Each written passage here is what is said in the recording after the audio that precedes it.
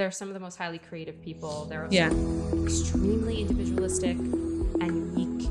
Super dominant, when they're in a room, super assertive. They could be highly anxious and they're security oriented and safety oriented. So they'll be very super lovey, super giving, generous, but their negative side will be very, calculated, and they could be very manipulative. Okay. Hi, welcome back. Excited for this podcast a lot. I'm really excited for this topic because we are talking about the Enneagram. The Enneagram, which is something that we are super passionate about, and that a lot of people, Enneagram is one of the things where either you're super passionate about liking it or super passionate about hating it. Yeah. Or you just don't know what it is, really. Yeah. So I think we can explain what it is and kind of because there's so many people who think, explain what it is and then we'll go through what people think and not. Sure. Okay. So I don't know, question number 1, what is the Enneagram? So the Enneagram. you prepared questions for yourself? Yeah, because I feel like interview. I feel like that's kind of a good way of teaching because you always have questions and you know what I mean, and then answering those questions as if you're in a classroom. Right. I don't know though. We'll see. So the Enneagram is a geometric figure that maps out 9 fundamental personality types of human nature. So it kind of looks like a star or a kind of a funny shape. It's like a hexagon? No. Yeah. I mean, there's a part of the Enneagram called a hexade. And that's one element of it. It's a circle, triangle, and then a hexade. So the Enneagram has 2 parts of it. It's the symbol, and then there's the 9 personality types that I guess are superimposed on the symbol, or they go hand in hand. But yeah, when we talk about the Enneagram, mainly we're really referring to the 9 personality types. Yeah, it's like a personality similar, it's not the same as, but similar as Myers-Briggs or the big 5, stuff that will put certain personalities in different amount of categories, and you kind of are in one category. Exactly. Or astrology, what is it called? Astrology? Horoscopes? Yeah. Even though that's more up in the air, but yeah. Yeah. And I want to get into that. I want to get into what you see the benefits of the Enneagram specifically versus other types of personality tests. But for starters, I guess we can really just talk about where the Enneagram comes from, because that's probably another big question that people have about the Enneagram. And a lot of this information I'm basing off of a book called The Wisdom of the Enneagram. This is the book that me and Riff got. Yeah, it's a blue book. It's a blue book, yeah. Which I actually lost in Nicaragua. Really? Yeah, I brought it to Nicaragua because I was like, this is such a good conversation starter. Oh my God. And we did, whatever. And then I would read it over. And then I was in this hostel, and somebody must have stolen it because it was just this is too valuable. Yeah, that's how valuable it is. It was literally. That's how valuable it is, because when you you're I'm not joking. I mean, somebody had to grab that. Yeah. Because when you read your chapter for the first time, it's scary. It's kind of scary. Yeah. Yeah. Because you're because I'll tell you when, I guess we're skipping ahead, but just the thing is that when I used to read Myers-Briggs or things, it was oh, I guess this is me. Yeah, I could see myself in that. And then you kind of start acting like that person that because you're an ENFP, which I'm told I am, when I'm at parties, I like to go out and speak to people, when it's actually not true. Sometimes I do, sometimes I don't, so but the Enneagram, when you read your number, you're well, this is kind of all my desires and fears, and 100%. When people ask what's your deepest, darkest fear, just read the 6, I know. It's also, that's why it's very intimate. So I find that many people, especially people who are uncomfortable with just sharing openly who they are and their personality and things like that, they're what is this? It's because it gets very, very deep. But let's talk about where it comes from. So the origins of the Enneagram are from a bunch of different places and span many, many years back. But it's important to talk about, I guess, where the symbol comes from and then how the 9 personality types come into play. The symbol came around first. It's almost 2,500 years old, and its origins are a little bit unknown, although in the book it says it's from Babylonia, that kind of era. And the theories underlying the geometry of the symbol can be found in works from Pythagoras and Plato and the likes of that. But the symbol itself has 3 elements: a circle, a triangle, and a hexade. that's where many of the spiritual elements come in, because each shape represents elements we find a lot in religion, especially in Judaism. So when we say that the influences of the symbol are kind of spiritual and religious in nature, we're obviously not talking about this being a very scientific or like corroborated type of personality test, right, like the Big Five. So I guess you can obviously have which is pretty interesting because that it's so based in like this like spiritual dimension or Kabbalah, like which we grew up learning, because it's so like it's also so practical. Yeah. So it's interesting how it there's so much overlapping, especially with the things we learn in IFS with Hannah, and also with like what the Enneagram represents about trying to get back to our deepest nature, which is really what like the divinity that the Enneagram we shall explain. But so those are the three parts of the symbol: the circle, the triangle, and the hexad. And then it actually says in the book that the triangle represents the three spheres. Hexade, Gevurah, Tiferes? Yes. Oh, okay. I think so. That. Or Chachma Bina Das? Oh, no. Chachma Bina Das. Okay. Yeah. So wait, the first triangle, is that numbers? Like 1, 2, 3? Yeah. I don't know. Because that makes sense. I don't know if it's 1, 2, 3. I think it's numbers, though. Okay. In the symbol. On the Do you know which numbers there are? It's I could search. 9, 6, and something else. So Chachma is 9? The tip one of the triangle is 9. Let's see. I'm searching up triangle Kabbalah. While you do that, I guess I'll continue. So this the symbol kind of was brought forth by a man named Gurdjieff in the early 1900s. So that symbol came along, and once the symbol was there, the psychology that connected the 9 personalities to the symbol came about afterwards, and that was actually more recently by a man named Oscar Icazo in the 1950s. And so that he attributed these 9 personality types that reflect 9 divine personality attributes.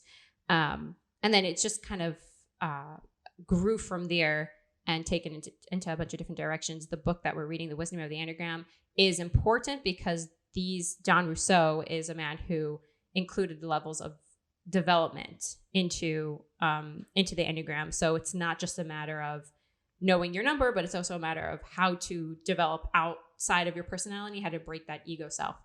And they also, in the book, they also place a great deal of an emphasis on motivation and what motivates your behaviors and how that's kind of subconsciously happening without your free will, I guess you could say. It's confusing because it doesn't really look like the same symbol. Of the like spheres and the Enneagram situation. Yeah. So I don't really know what the triangle would be considered here. Is it this? Yeah. That's so it's this. That is what they put in the book. Okay, so it looks like, the 9 is Tiferes, which is beauty. Yeah. I guess that kind of makes sense because 9. But then it says in the Enneagram that 9 is harmony. Okay. So I don't know which would be Chesed, Gevurah, Tiferes. Oh, it's Tiferes. Yeah. Chesed, Gevurah, Tiferes. Yeah, it maps on. I don't know if it maps on entirely. So that makes sense. Does it? Yeah, harmony. Okay, there you go. Peace. Okay, so is that not like what 9 is?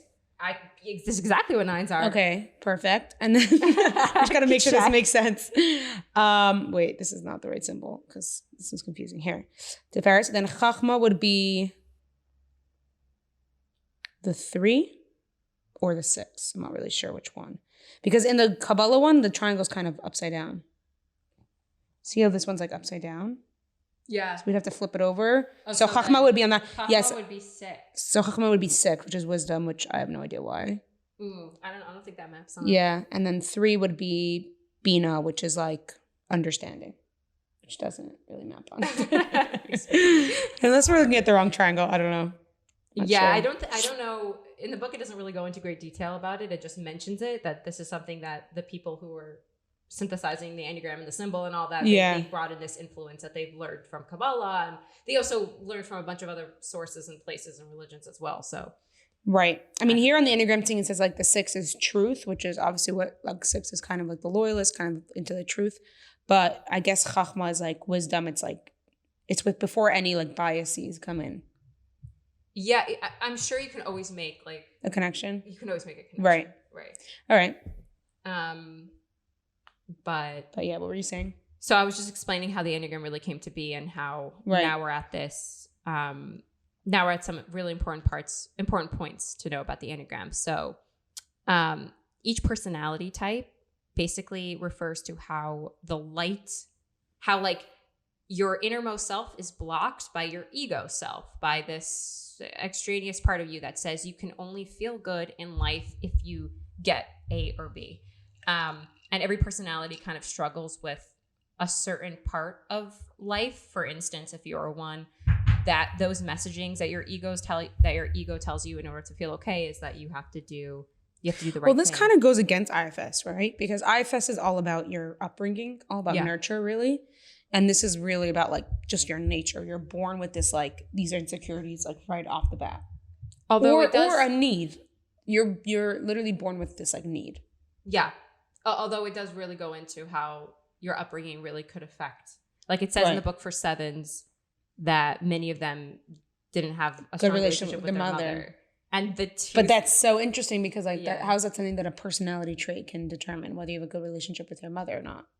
Right. But it could be just like the typical mother figure doesn't mesh well with the 7. Yeah. Maybe the 7s are very like spontaneous and adventurous and they don't like to delve into their problems. Their biggest fear is to be like trapped in pain. And so maybe mother's more like the worriness or like trying to control them in a way. Yeah. I don't know. It's a good question. Because you could also be a 7 and have an amazing relationship with your mother. So some of these things are really just, you have to test it out in like the laboratory of your own life. And if it works, it works. Yeah. But it's really not, that's not like the main thing. The nature and nurture, I don't know.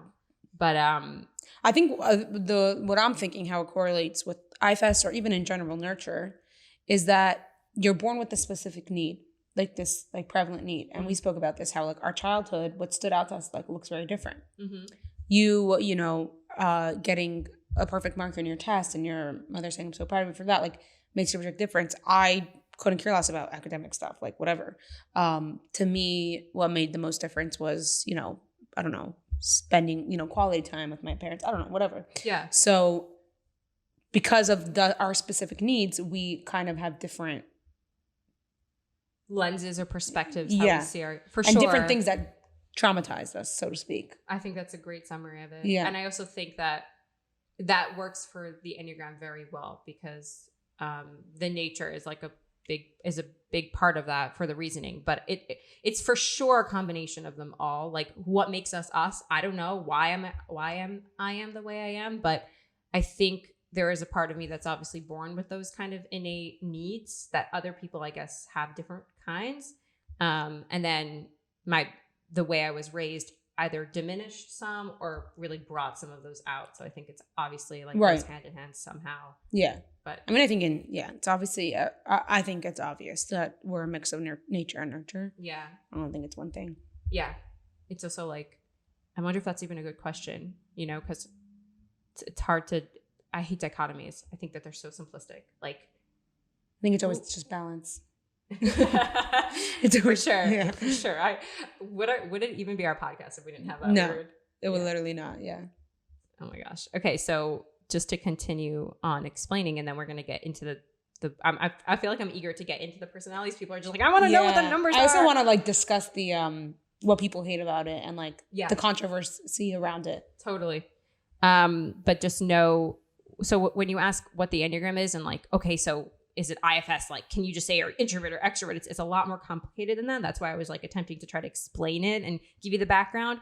But if in summary, if you can understand what it is, it's basically you're disconnected from your most internal self, your most divine presence.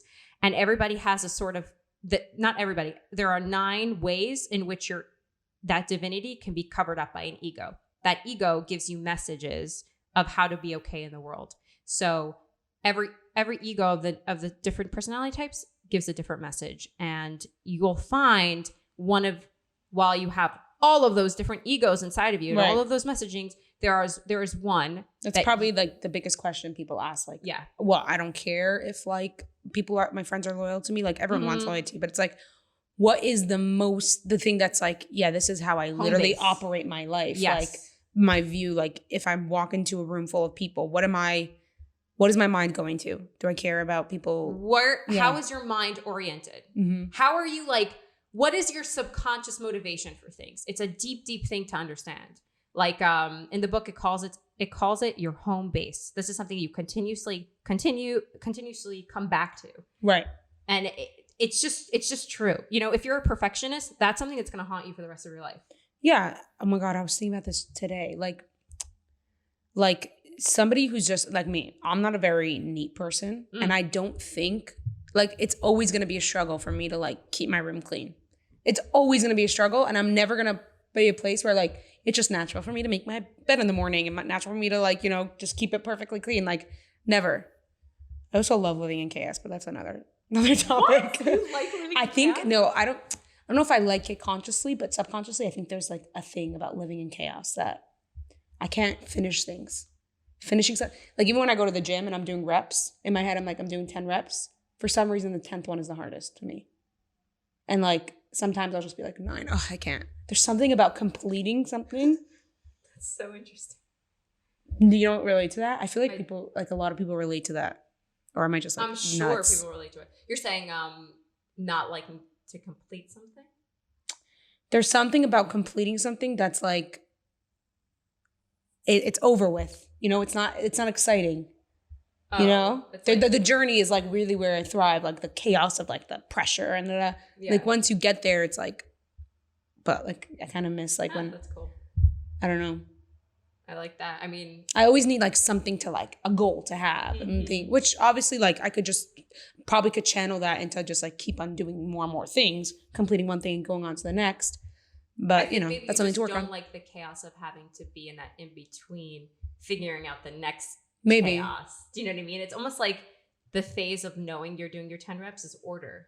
It's not really chaos. Maybe. It's the actual chaos that you're worried about. That's a good theory.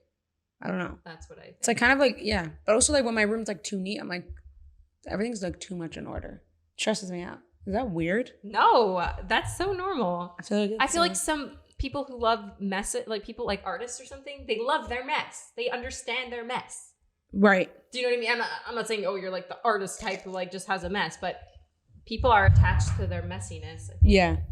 But although I will say, when we lived together in Florida, I was a mess. You became so I became neater, yeah. Well, more Yeah. neat. Well, because you like it was something that bothered you. And yes, when I came home, I had kind of that habit of cleaning up, but it died really fast. I don't think it did. It absolutely did. I'm back to when I got back from Florida. Got you. Yeah, I was like, for a little bit, I was like always cleaning the house and always like making sure everything was in its right place. And then that went away really quickly. Okay, that makes me sad. Yeah, I only had so much influence on you. You get, I don't know. That's where it's difficult. Like, can people really change? And obviously, people can. But I don't know. Like, I think if something's built in your nature, it takes constant work. Kind of like how an alcoholic like constantly needs to be working on it. I just think the steps are a lot smaller than you think. They're not radical. So it looks like it's not growth, but I think that it is. So in the way, I don't know if we can relate this to your cleanliness, but in the way that it's not cleanliness, it's like neat. Right. That's an important distinction, by the way. You're a clean person. It's more just like, do you like make your bed every morning? Right. Yeah. No. Right. I will not make my bed. Right. Ever. Like even when you're I'm trying to think, like I feel like even when we were like at a hotel together, like you made the bed in the morning. I know. I'm like why though? We're leaving. We're not coming back. Because it's like the start of the day. And right. I think you need to start your day with it's kind of like me, I start my day with coffee. Yeah. Like me, I'm like getting out of bed, I'm like, I'm not making my bed before I have coffee. Yeah. No, that's crazy. To me, that's crazy. Go make a coffee first and then not make your bed at all. Although I've been trying to drink like a glass of water before I have coffee, which is nice. That's good. Yeah. It's hard to drink water in the morning for me. I know. It's like my body just doesn't want it. Right. It's like, what are you doing? But it makes such a difference. It clears my head for sure. Really? And just makes me feel more hydrated. Like coffee dehydrates you. So like. Yeah. So yeah. Yeah. My cousin used to, I always like stared at her every morning because she used to come to the kitchen and just down like 2 or 3 water bottles every morning. She'd do this. Hadassah says she does it. She says she drinks like a gallon of water. I don't know if she actually does it. But she says she like in the morning, she just like drinks a gallon of water. Gosh. That's crazy. I would have to build up to something like that. Yeah. But back to the making bed. Like, yeah. I was actually just listening to an old interview with Matthew McConaughey. His name's Matthew. Yeah. Yeah. With Joe Rogan. And yeah, I haven't listened to that one. Is it good? Yeah. It's interesting. Yeah. It was like a year ago. It was like back when he was still posting his stuff on YouTube and stuff. Like Joe Rogan, because he wasn't sold to Spotify. Yeah. So you could watch on YouTube. But anyways, he was saying how he writes down like stuff to do that day. He writes down even the most like mundane things so that he can cross it off, so that he feels like he's accomplishing things. And then the stuff that like actually need to get done that are maybe hard, he's on like a roll of like getting things done. Yeah. So like it's kind of like making your bed in the morning, you feel like you accomplish something. Totally. Yeah. Totally. So it's like going to the gym, like it literally feels like you like did something amazing. Yeah, because you also did. Yeah. And you exerted yourself. Yeah. Think about it in those terms. For sure. Like just the act of just checking something off is like the dopaminergic surge. Like, like you accomplished something today and you noticed it too. It's not just like threw it away. Anyways, back to the Enneagram. So, so it's just important to keep in mind that the Enneagram is much larger than just personality traits. It's a lot more spiritual in its nature. And although there are a lot of personality traits that are that usually come with each personality, it's not limited to that. And it's also not about that, really. It's not about that. It's more like, I would change it to like personality traits and more to like behaviors as a result of like your deepest fears, like your kind of reactions to your fears and desires. Yeah. Because like like personality traits sounds like something that could change. I'm definitely way different. My behavior is way different in high school than it is now. Somebody would describe me in high school like was way more extroverted in high school, way more like cared about what friends thought of me. But it was just a different stage of my life. But my fear and my desire in life, or like how I was operating in my mind, is the same. Yeah, I like that. So, because I think the personality trait thing like really turns people off. It does. It does. We can go into a quick summary. I don't want to not do justice to the numbers now, because we could read the summaries that really do kind of outline traits. Or I could also read the basic fear, basic desire, and the superego message, which maybe is more. Yeah, I think we should do. I think we should go with basic fear, basic desire, and then like in our own words describe how that manifests, and like we could describe people in our lives that we know, not by name, but like Sure. Okay, so let's start with number 1. Number 1's their basic fear is of being bad, defective, evil, or corrupt.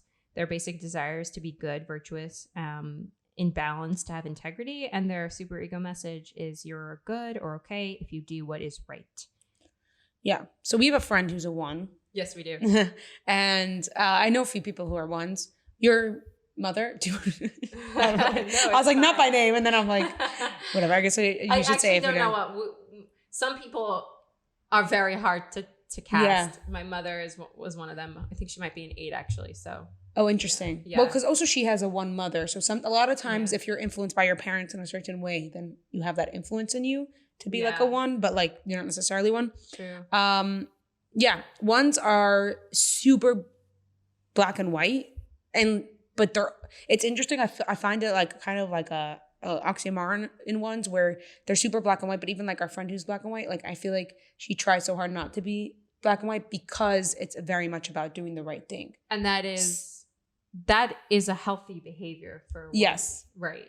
But it is like in their nature also to always try to do the right thing. Yeah. So, judging people, right? Like on one hand, if someone does something that like to them is not right, they deem them as like they're doing something wrong. They don't really see the gray area. Yeah. But at the same time, they're like, they keep on the high road, like, but maybe like, in a way that's like unrealistic and like could be annoying.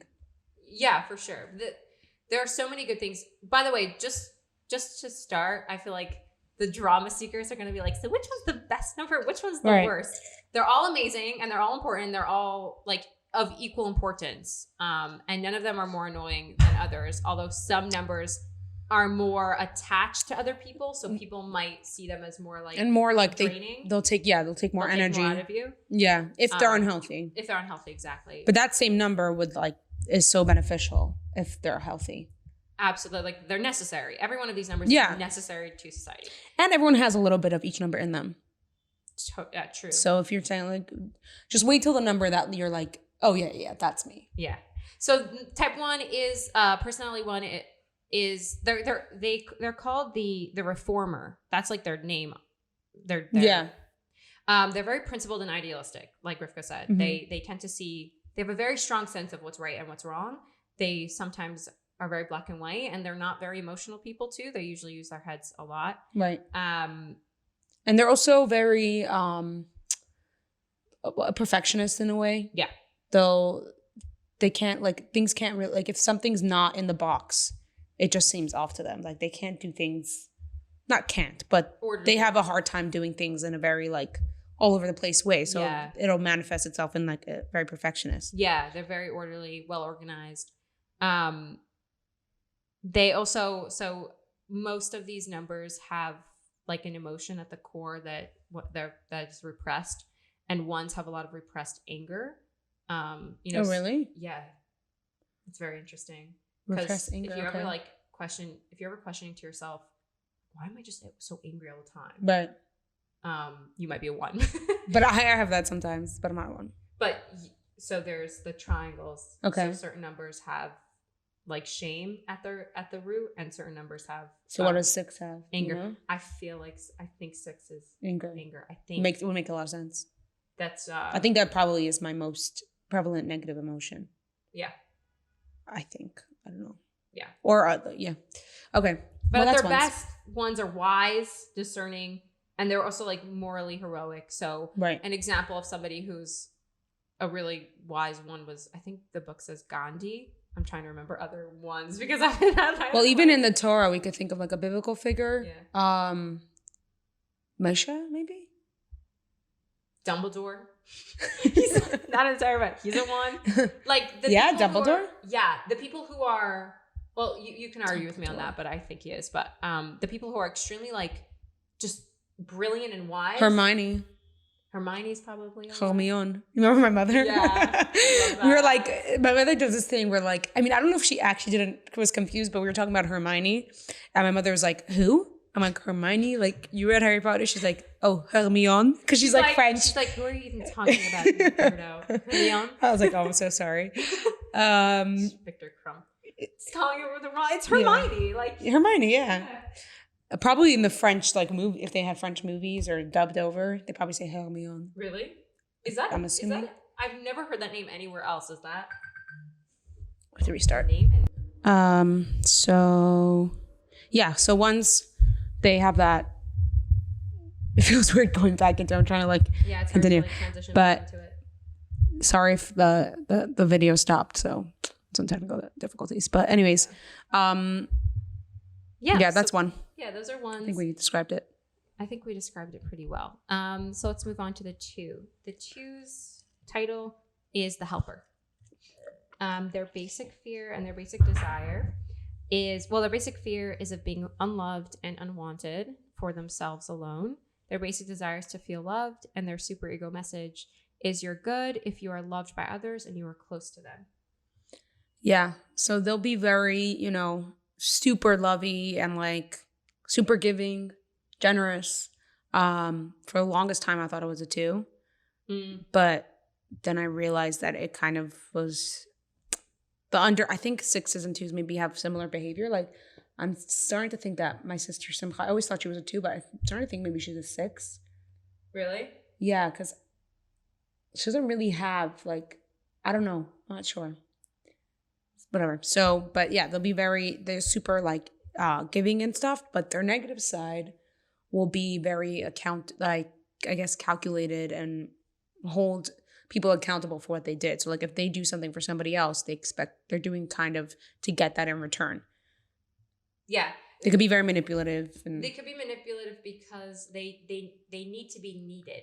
So sometimes the reason why they are being so altruistic and giving you so much of them is because that feeling of you needing them is very, very important to them. So in like, you might be thinking, okay, what's so wrong with that? But in like the worst case, it talks about I think it's called the Odipo Mother, where in the case she incapacitates her own son and doesn't give him any skills or doesn't prepare him for the world in order for the son to constantly need her. So she think of the son who's living at 40 years old in the mom's basement.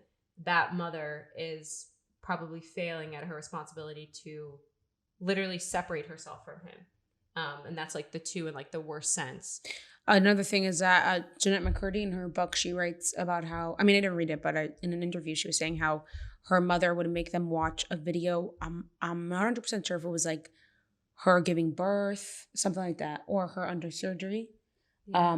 And if like they didn't have, and her brother would like cry and whatever, so she would kind of like glorify him for like being in pain by seeing her pain. But like if a child, one of her children, like Jeanette, I guess, wouldn't like react like in a like dramatic way, she would like punish them for it. Wow. Because they needed to. I also read this book about it's called Don't Tell Lies, or Just Don't Tell, or something. It's about this book it's a real story. This like journalist wrote it about this mother who basically tortured and abused her kids.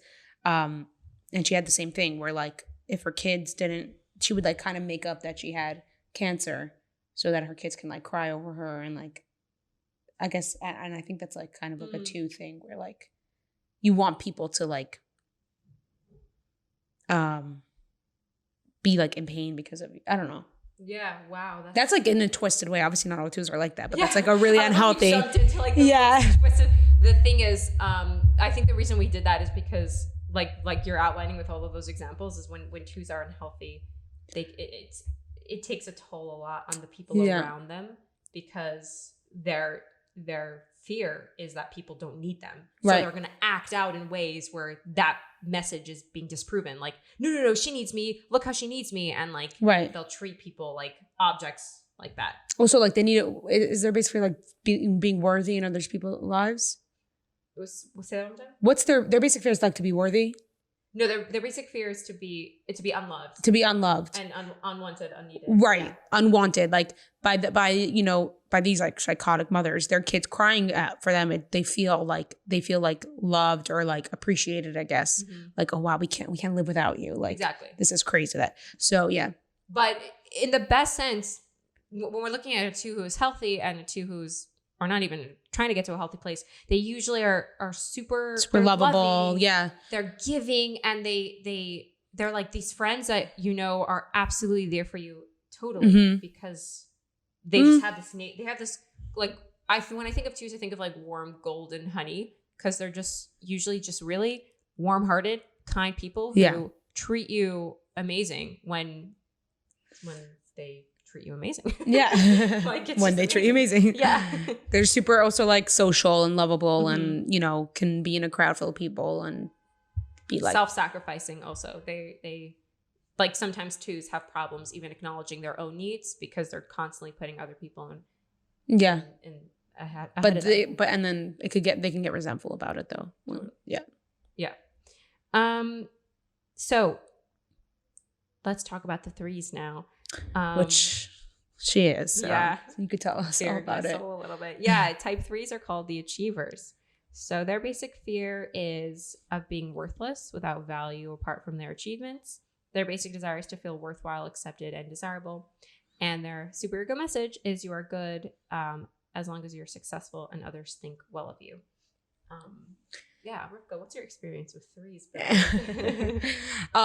Threes are awesome because I feel like they always have like something to give to the table because they're trying to like, the thing is that the threes want like this credit from people and like, so they have this status on them. So you feel like they have status and like self-worth in a way like that because they need to feel that from others that to give them like that acceptance. On the other hand, not anyone to give them acceptance, but people with status. But on the other hand, I think it can be, what's difficult about threes is that it can be superficial sometimes, where they kind of, they'll let like these like they'll put like values on the side to get, you know, things like from sometimes others. they'll step on things that might be more important in order to achieve like material success or whatever Yeah. they deem the highest in their hierarchy of importance. So Exactly. whether that's money, status, like you said, or whatever it is, threes sometimes always feel like they have to be the best and they have to be exhibiting I think admirable traits. I think Logan Paul's a 3. I mean, I'm That like, makes all sense. yeah. That makes all sense. I'm a big like fan of like impulsive and stuff, and so clear. Like and his friends talk about it all the time. They're like, he just, if we're even on vacation or like if it's not a work thing, he doesn't have patience to listen to you. Like he won't. And I'm like, I'm trying to, you know what I'm saying? Like I think he's very much a 3. I don't think you're like that all the time, but like, yeah, threes tend to be workaholics. Workaholics, yeah. Yeah. And yeah, everything's about their goals and achieving and yeah. So some attributes of threes might be adaptable, success oriented, self-assured, charming, attractive. They typically have problems with workaholism. So when they're very healthy, though, they're obviously role models because they. Yeah, that's what I was trying to say before. Like they have this status that you kind of want to impress. Threes, I think. You're saying when they're unhealthy, or you want to. Other people want to impress. Other threes, people right? want to impress threes, I think, Right. because like they have this like confidence about them, even if it's like a fake confidence because they're just trying to impress other people. Yeah. They still give off that confidence. It's very cool that like it's two sides of the coin. I think you outlined that really Yeah. well. It's like you could have that confidence, that fake confidence, because it's only being given by the approval of others, which threes seek very much. Yeah. Or you can have that real confidence because you know your potential, and for threes, Right.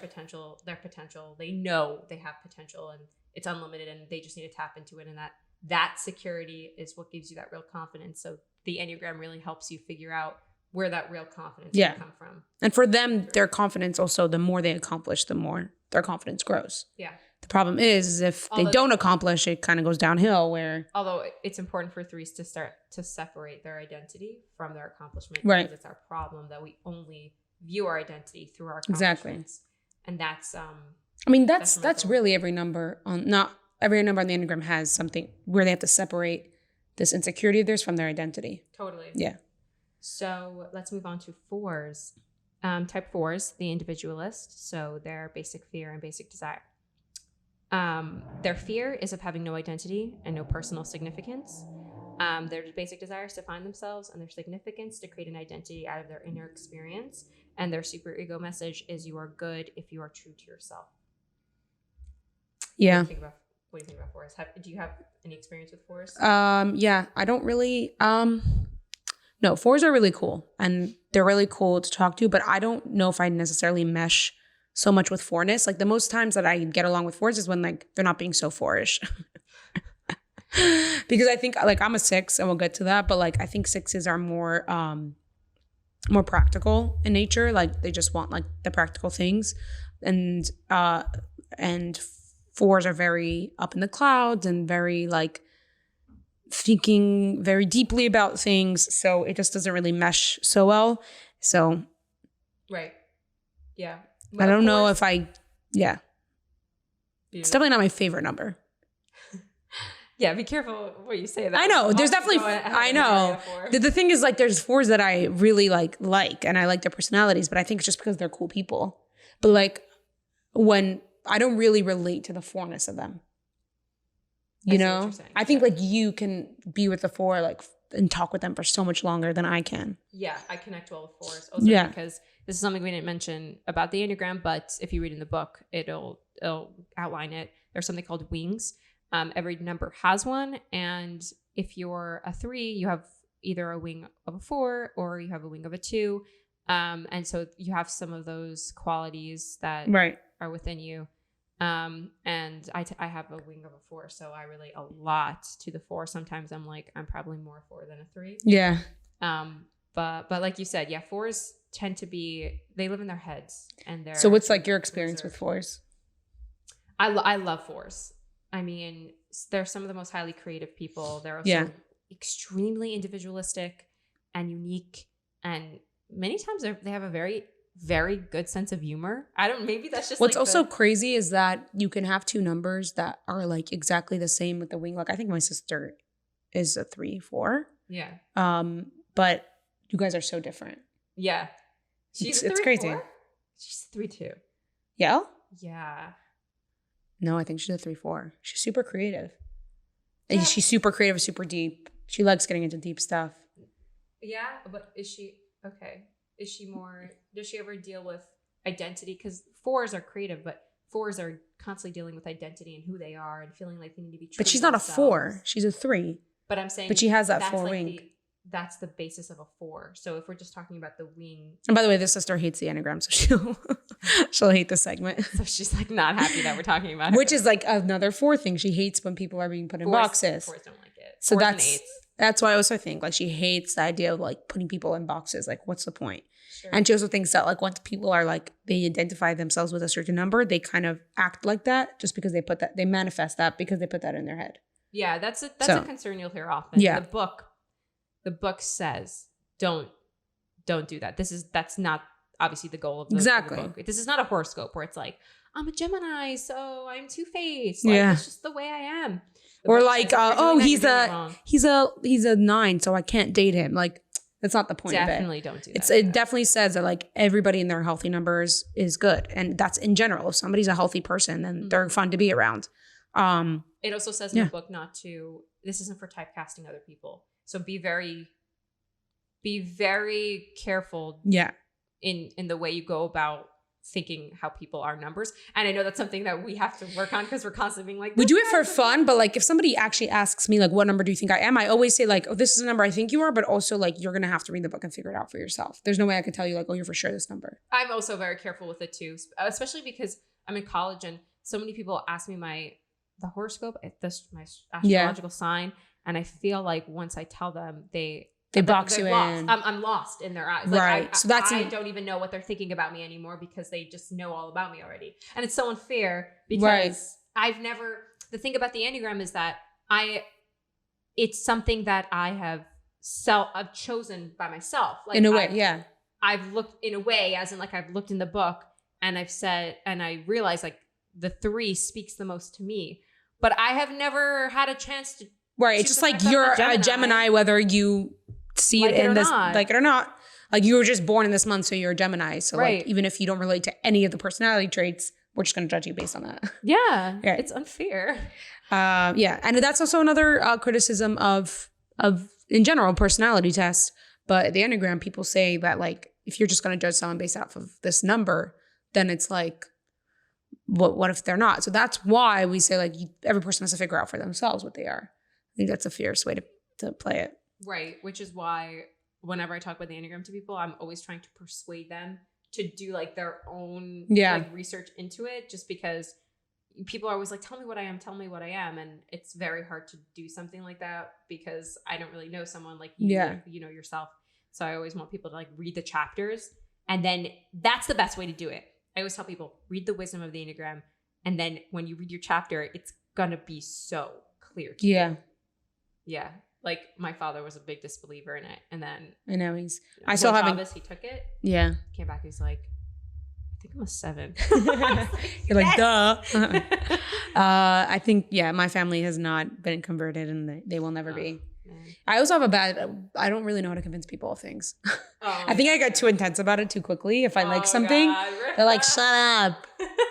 You're like, don't stop talking. Like even Harry Potter. So Harry Potter's a book that I read like, give me one second. Excuse me. Yeah, so it's something that I got in like later in my life where I think you and friends convinced me to read it. So I read it during COVID, and then I was trying to like convince my family to read it, and like I think I got too intense about it that like everyone's like okay, relax, buddy. Like it. it's kind of this control thing where like if I'm like not forcing you, but like you're doing it because I told you, then I could be like, I told you so. People lose control in it. Yeah. Versus if I'm just like, if you want to read it. Like I enjoyed it. Maybe you won't enjoy it. Then people are like, okay, now I get to choose it.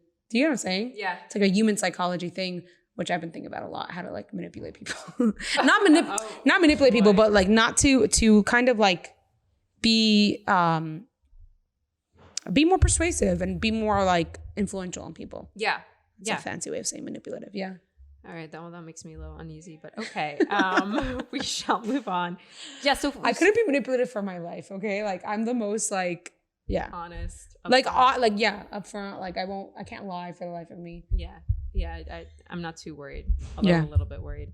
So that's 4s, and I really wish we had a ton of time, because I do want to do like a segment where there's a couple questions that you can ask yourself, and if you find yourself like answering yes to most of those questions, then that's an indicator that might be your number. But for the sake of time, we're going to move on now to the 5. The 5s, their title is called The Investigator. I don't really know many 5s.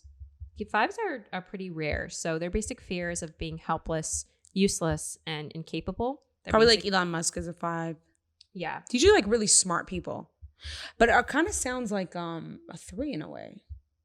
Yeah, their basic desire is to be capable and competent, and their super ego message is you're good if you have mastered something. So I get what you're saying about how that could be a 3, because they also tend to be workaholics in the way that they need to achieve and master something.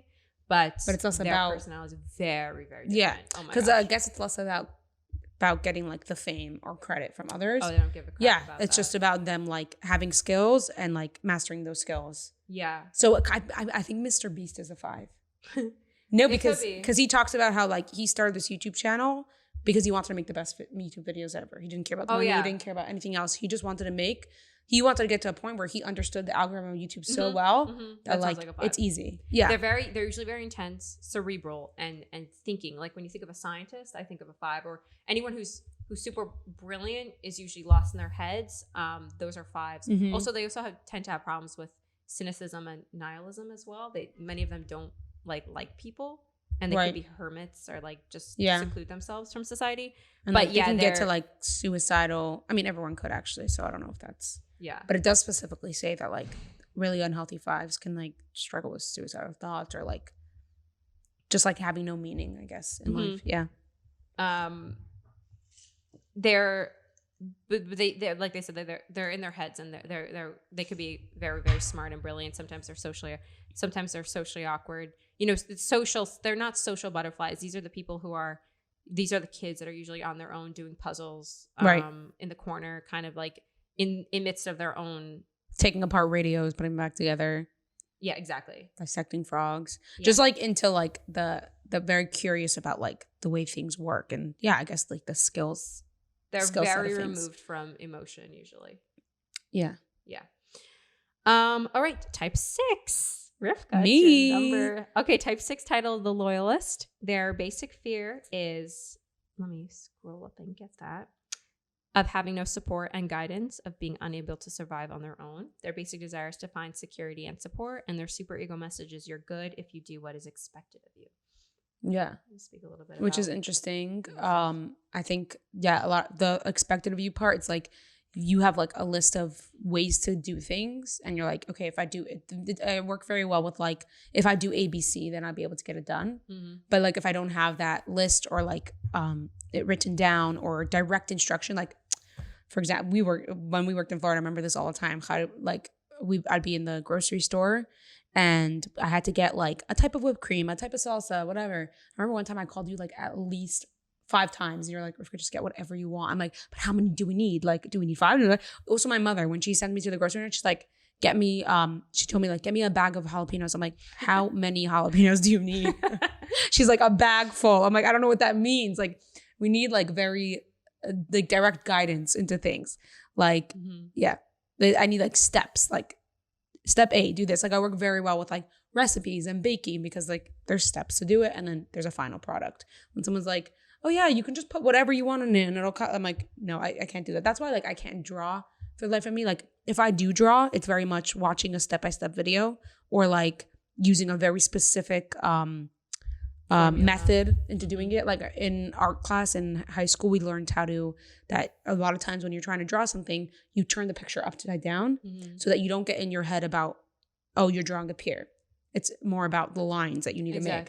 So when I decided that I wanted to get into drawing just to see if I could do it, I would always do that. I would turn the thing upside down and like do the lines, whatever. I sucked at it, but there's a reason for it because I can't like just be artistic about things, you know, like I have to have instruction. Yeah.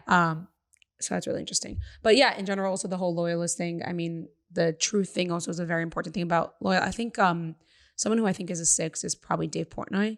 He's very much into just like saying the truth right out, blunt, like not trying to sugarcoat anything, not trying to save anybody's feelings. Like I'm just gonna say what I think and like everyone has to deal with it type of thing. Yeah. So what's your experience with 6? Well, I think 6s are great. I think all the numbers are great, but I think 6s and 3s are very compatible because when a 3 is healthy, they look like a 6, and when a 6 is, I think it's healthy also.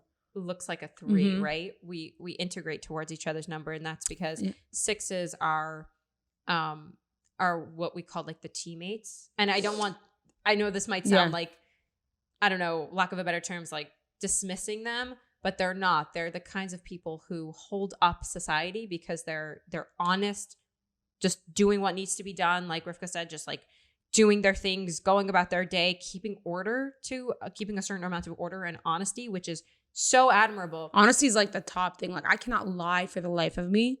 And also if I do lie or if I did make it, it'll like, it just doesn't feel right. Doesn't sit right. And also another thing that's like a big struggle is that if I meet someone and I feel like we like have some sort of connection or that they rely on me a little bit for something, or I don't know, or sometimes I'll just get in my head about it. I feel like I need to be loyal to them. So there's so much pressure like socially to like fully be loyal to this person who like probably doesn't even care about me or like maybe wanted something out of me or I don't know what. Yeah. And to me, it's like, oh my God, this is like, you know? Yeah. So it's loyalty. They have a lot of loyalty, but just to finish the other point I was saying about 3s and 6s, and 3s are the ones who feel like they need to stand out from the crowd and kind of be the leader. So they kind of go hand in hand. And a 3's mission is to realize that you don't always have to be that figure. Yeah. And that you striving to be that figure obviously makes you not become that figure. And 6s obviously need to learn how they can become better as a teammate by acquiring attributes of a leader. So when they're healthy, they really look very much like each other. And another thing about a 6 is that they can be highly anxious and they're security oriented and safety oriented. So that's why loyalty is so important to them. It's because they need to feel safe with the people around them, and they need these mechanisms in order to feel safe. And also, like, overthinking a lot. Yeah, need like reassurance from people to make a decision. I need reassurance from everyone, and one person. Like right now, I'm at a point in my life where I'm trying to figure out like my career, like where I'm going to go after. Like I'm getting my degree. What do I want to do? Every time I have a discussion with someone and they say something different, I'm like, okay, I'm doing that. Then I have a discussion. Someone's like, I don't think that's such a good idea. Like if I decide to do something and someone tells me, I actually don't think it's such a good idea. Like you're going to this and that, I will heavily take it into consideration. That's something that I've been getting better at. But like, it's a struggle where I'm like, I get in my head instead of just like making a decision for me and just like moving on with it. Because reassurance from other people is like a big deal. Yeah.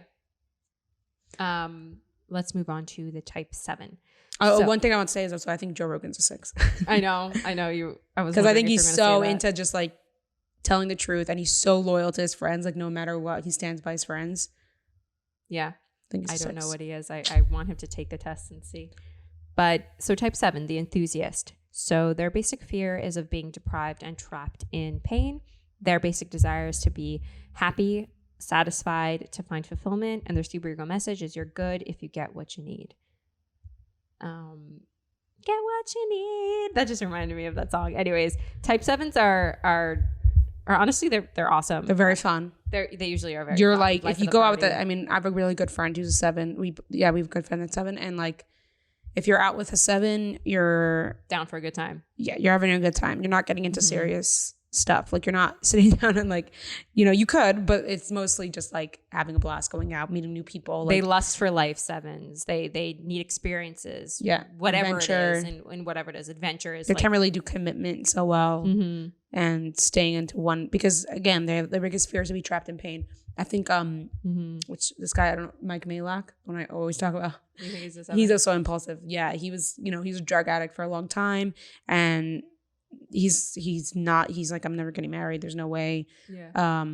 He's very into just like always out on the party, always being up till like who knows what time, meeting new people, on to the next, like stuff like sevens that. of a life of like that, of just on to the next, and they it's because they're obviously running from some darkness inside of them, but they very rarely visit that darkness. They don't like to. They like being on the edge of life. They like having fun. They like having a good time. They like not taking things too seriously. And so they can get incredibly deep. That's not their problem. And most of them know that they're running from something, and they're usually very introspective, and they know that about themselves. But for the most part, they just don't like to be in there, because being in pain is just that's their fear. They don't want to. They don't think it helps to talk about it. Like I have a 7 friend who I think like if I'm having like a problem, or if I'm sad or anxious or whatever, her method to like make me feel better is to like, okay, let's go out. Like, oh my gosh, she starts making jokes, laughing. Like that's their method, because, and which is fine, which is totally great. Like you have different friends for different things.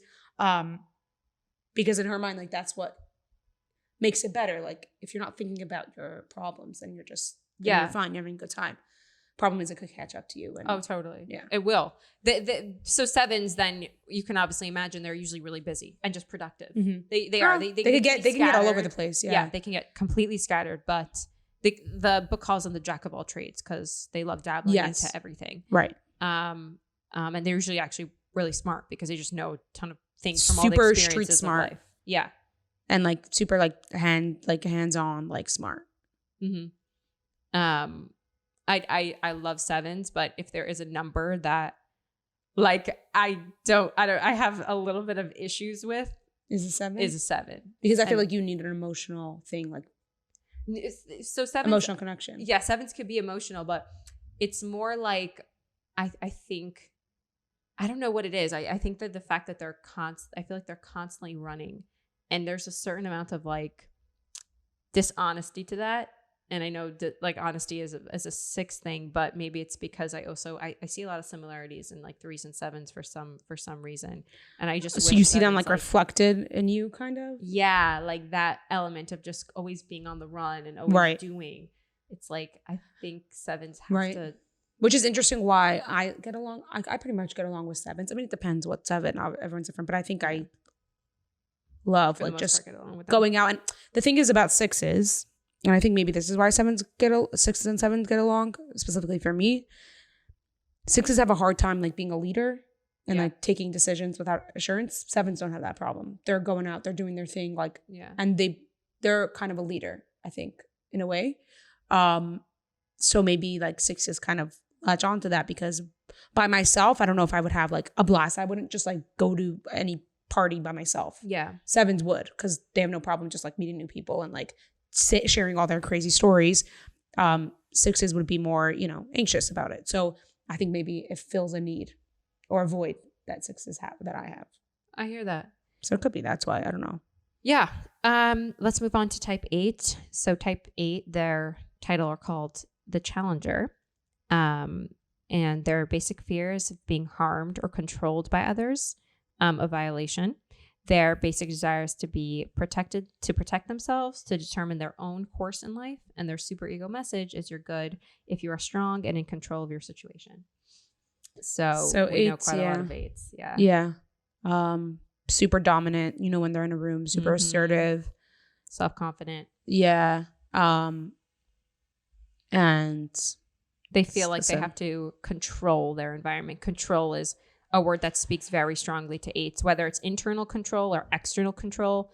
When they feel out of control, it's the worst thing for them. So they tend to come off very strong, because they're trying to control as much as they can around them. Yeah. Yeah. So if they feel out of control, that's where it kind of, or if they're like just an unhealthy 8, or going through an unhealthy phase, it could be hard to deal with them. It could be hard to deal with any number, but specifically them with the control thing, because they just need to take up most of the space, I think.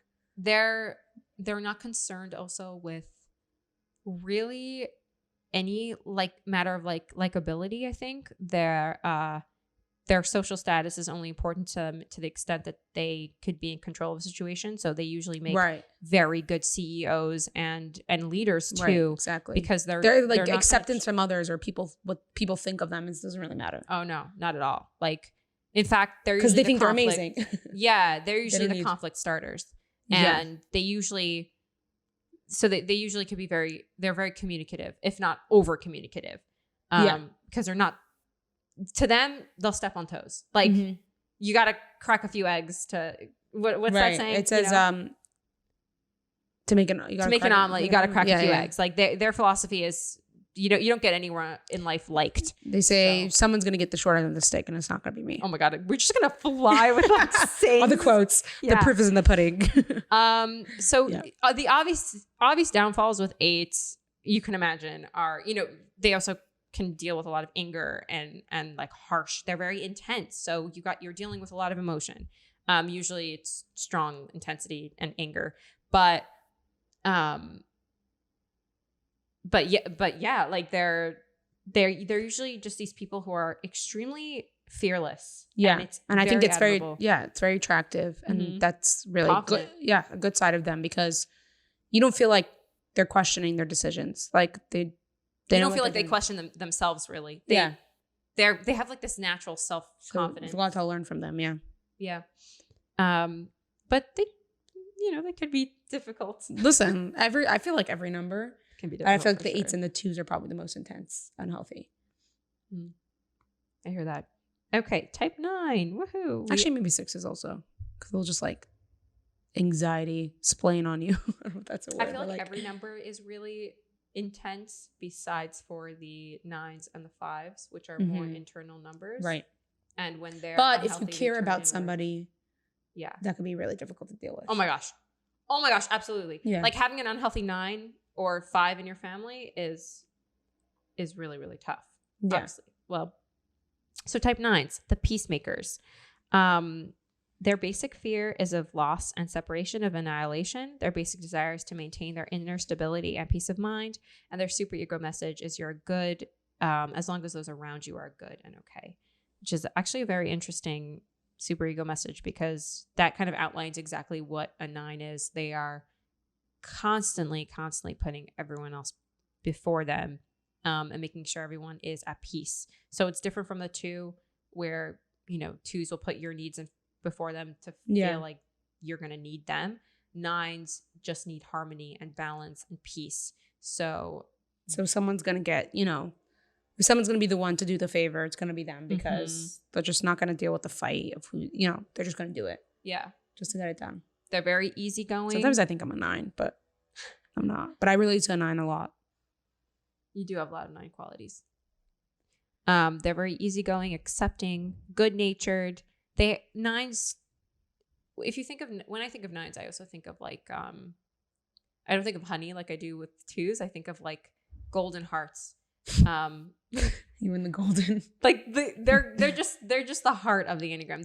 They seem like such good people, and they usually are, because they're the most altruistic in the way that anyone could be altruistic. They're just the most selfless. Yeah. A 9's work is to be more selfish. That tells you everything about a 9, which is crazy. Most of us don't have problems with being selfish. We are too selfish. I mean, I don't know if I agree with that so much. I don't think anyone's selfless. You don't think anyone is selfless to start? No. Right. I think they're still serving their own ego, and they're serving their own fear for conflict. So they can't deal with conflict. So if conflict is needed, they can't fill that thing. I think like that's obviously a broader discussion, but when it comes to like just the basics of it on like the exterior, 9s have trouble in putting themselves first, taking care of themselves first. That's not a selfless thing though. They're not, their self is not involved at all. No, their self is all that's involved. They're serving their own fear and desire. That's what everyone's doing, really. So that's why I don't think selflessness exists unless you're like, I don't know, perfect person, but which doesn't exist. But I think like they're serving themselves, their need for like just peace and harmony. I know. I hear what you're saying there, but I also think that if you want to separate that into deviations at the bottom of that, right at the bottom of like just them being so selfless, is that, oh, actually they're really just being selfless to serve their selfish needs. Sure. But I'm talking about on the deviation above that. When you're living with a 9, I'm not even saying that they're selfless, but yeah. When you're living with a 9, they exhibit all the behaviors of somebody who is extremely selfless. Right. And it's very inspiring, especially for, I think, a 3 like me, who deals too much with themselves and centering themselves. Seeing somebody who basically doesn't take themselves into account, who's constantly on the lookout to make peace in everybody else's life. That's just, to me, it's like Sudeikis level. I don't know. I disagree, but I hear what you're saying. Yeah. I think that like it's they're putting themselves in the center by doing that because that's their thing. So, and then when we get unhealthy with a 9, it's when I guess they're making their identity this thing where like they have to serve everyone else to make sure that everyone's in peace. And it's unhealthy, and it's not helpful to other people. Because sure, you can be, doing everything for me, but if we can't, I don't know, if you're getting resentful about it, which very much happens with 9s, they'll get resentful about always being the person to do everything for everyone, or they can't deal with conflict. They never ask for something. If somebody wants to help them, they're just not going to ask for it because they're too scared of conflict. Like I don't think that's a good trait. No, it's so self-effacing and altruistic can obviously have darker sides to it, especially when you're dealing with doing things in order to complain, like in order to say, oh, I'm the one that's constantly doing these things for people. So you have to obviously take into account if you're healthy or not healthy. Right. I think for 9s though, they have a natural selflessness, and I know you take problem with that word, but they have like a natural, like perspective of others in their life, and but not so does centering themselves in like their, in the most selfish sense, and like their needs, and they're putting themselves like, if there is one last roll left in the basket, a 9 will never take it. A 9 will absolutely make sure that. But not because they're selfless, because it's because they just don't want to deal with the conflict of like. No, I don't think so. I think any single person on the Enneagram could work to a place where they're selfless. I mean, or exhibit behavior of selflessness because they want to like help other people. And I think that's just like a separate trait that's just a trait that we all have to work on. No matter what number you are. I think nines are inclined to do that and are more inclined to be able to access that kind of behavior. And I think that there will be 9s who do it specifically because they don't want the conflict of taking it. But I think I know a lot more 9s who would honestly want you to have that role over them. Okay. And there's so many fundamental beliefs of like, why do they want that? Maybe I don't think we can necessarily see the motivation. I think most people's motivations for themselves, just because that's how humans are naturally. And so like the second we get to us saying that they're doing it for the other person, then we're getting in this place where like, oh, 9s naturally are like, just do everything for others. And because they just want to be good for other people. But then it's kind of downplaying what other numbers can do. Because I think doing that is separate. I think we're in a culture that values obviously selfless. I think not in a culture. I think we all want to be people who are selfless, and I think because we want those traits, like in the highest sense, who is like we strive to be those kind of people, like the people who will just absolutely give before thinking about ourselves. And so maybe it's like you have this kind of skepticism, or you don't want to accept the fact that 9s are more naturally like that, because how can someone just more naturally be like that? That's not where it's coming from. But I think that there are people who actually have those intentions, and they have them totally. And this is actually an argument that happens a lot with people who I know, because I know someone close in my life is a 9, and someone who's skeptical constantly of their intentions, because it's like, okay, you're not really just doing this because of this. You obviously have ulterior motives. Like, you can't just be completely selfless. And I think 9s are not lying when they say that they are. And of course you're like, what is underlying that? But I do think that that in its simplicity, them saying like, I want you to have this role because that's my desire for you. I just want you to have this role. That you can take at its face value. And that is like, listen, I'm not saying that selfless act, I think. Okay. So I'm not saying that the person in your life is not like that, because maybe she worked on herself so much to be at that point. No, I mean, I see it recurring in a couple 9s. I also just think it's something that can happen with people. Like, I think that can happen. I think people can obviously work on themselves to become to that point. I think it's very hard. And I think we're all trying to do things to make us feel better at the end of the day. But I don't think anyone's natural state is selflessness. And listen, maybe you have a specific example. I just think that at the end of the day, the way it's described in the Enneagram book, it's about their personal fear and desire. And so they can very easily become resentful because they're just doing things for other people so that they can have conflict, but maybe people will still cause conflict in their life. And they said, well, this is for nothing. I'm doing everything for others. And yet they're still like not harmony and peace, whatever. Like, they'll get resentful about that. Why am I exerting myself so much? Totally. So I think to get to a place where selflessness is like just as much work for a 9 as it is for any other number. That's where I'm coming from. I think though that I think that a 9's work is to disentangle those at the face intentions, those at the face inclinations of, I want to give this role to you, and really figure out what's motivating that. Because like you said, it really could be a fear of conflict, or it could be, this is what my basic fear is, or my basic desire. But that's the 9's work, like you're saying. But at the same time, I think some 9, like, I think there could be behaviors that where 9s are just like, my intention is totally true. And yeah, of course. And maybe they have a harder time explaining that to others because in face value, like, their behaviors are so giving. So people are just automatically think,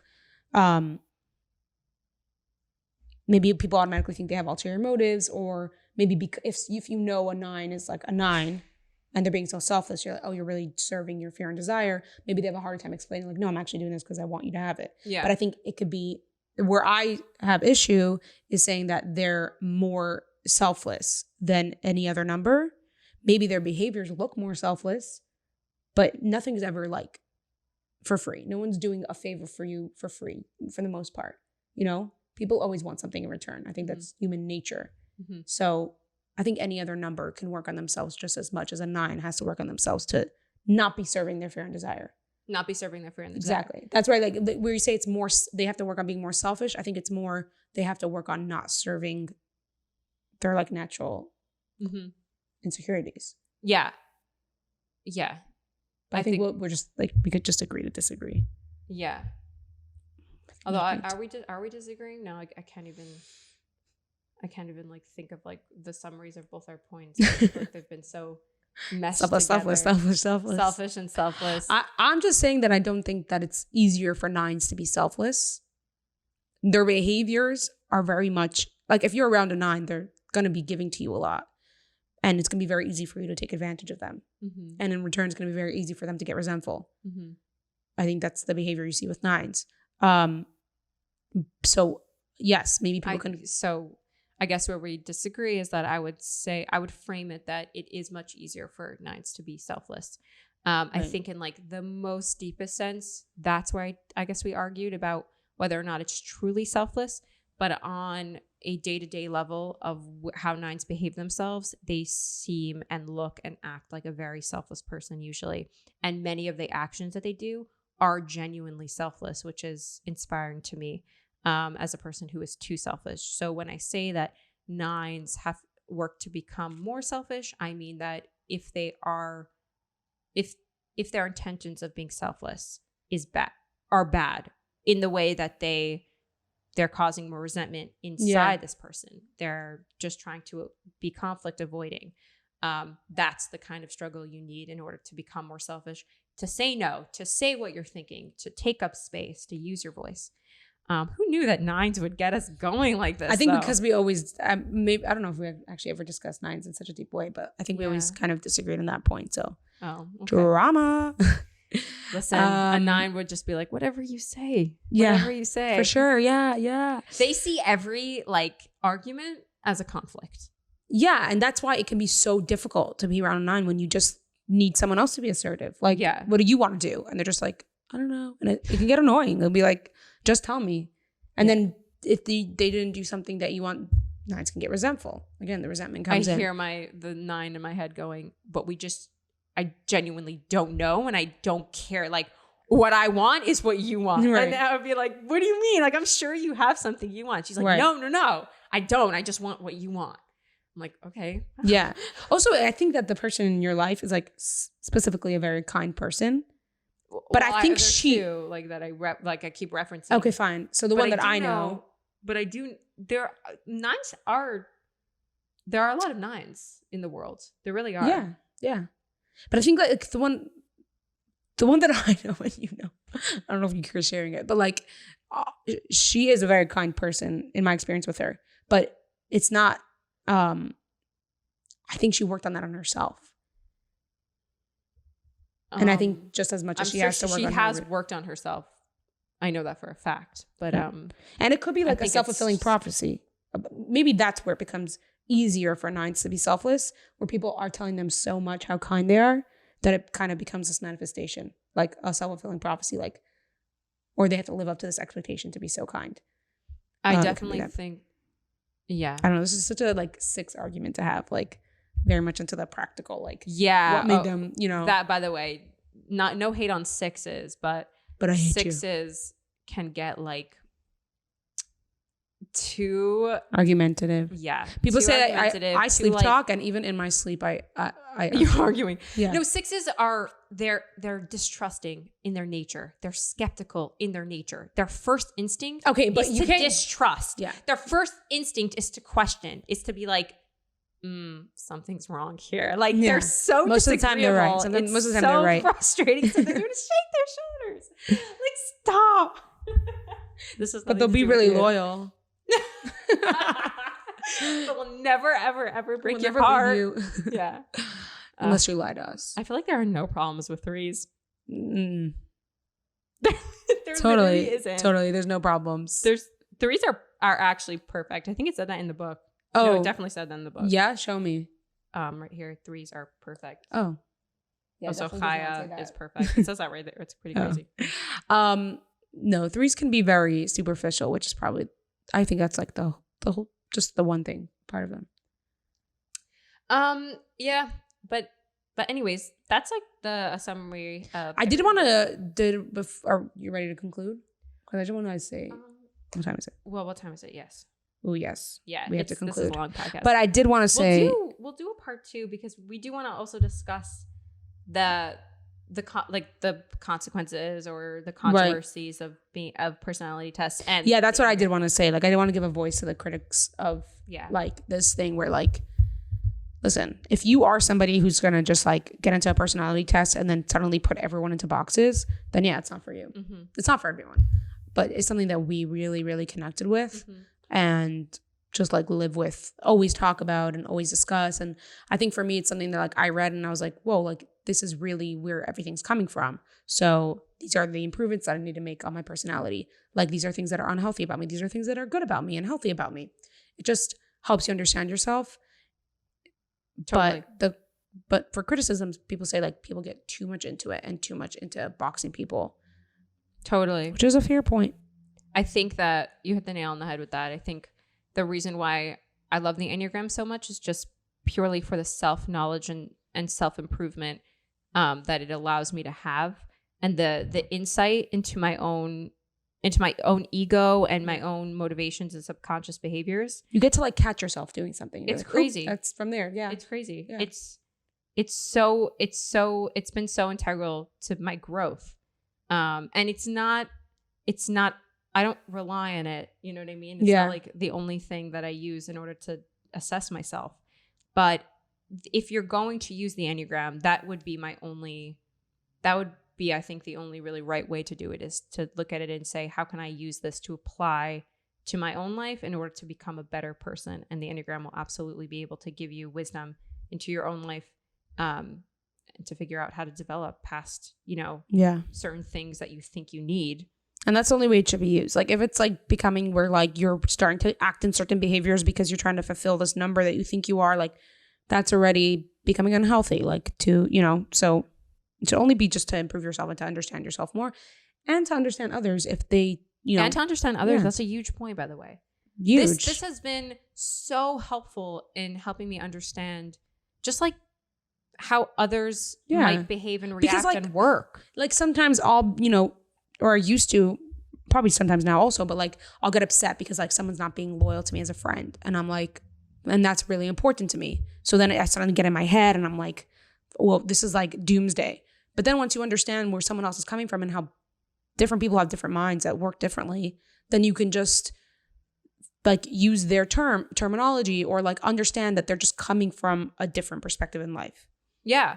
Like talking about the sevens and how I think before I used to just obviously have some sort of aversion to those type of personalities, but understanding the seven and their mental mode and why they react and why they behave the way they do, it just gave me this incredible insight into them, and it gave me so much more compassion and understanding. Yeah. And honestly, that's, if anything could do that, then that's amazing. Like, what do you argue? It's also really interesting to talk about and like dissect people. True. Although if there is another criticism, I understand the whole unscientific part of it and how it's basically just a pseudoscience, and you can use this to. I think it's probably using like the big five is probably like, even though that's the most scientific one, but like it's pretty much using those 5 personality traits just in different orders. Like 9s are agreeable and 1s are more what is it called? Like when they're super conscientious. Yeah, conscientious. And I mean, it definitely doesn't overlap in the book or anywhere I've read, but you can fit them in for sure. 6s are probably higher neuroticism and thing. Anyways, we'll do a part 2. I think there's a lot more to talk about this. Yeah. But it was so much fun. Honestly, I enjoyed it. Yeah. Thank you so much, guys, for checking this out. And I do want to say, because apparently people did studies on this, and if you remind people to subscribe, they do. So subscribe. Yeah, please subscribe. Subscribe to our YouTube channel. Follow us on Spotify, podcasts, like anywhere you can listen to podcasts. And also, I don't know, get a hold of us somehow. Give us, we're on Instagram also, and give us like feedback. We'd love that. So bad thanks for and listening. good. Just good, please. No, just good.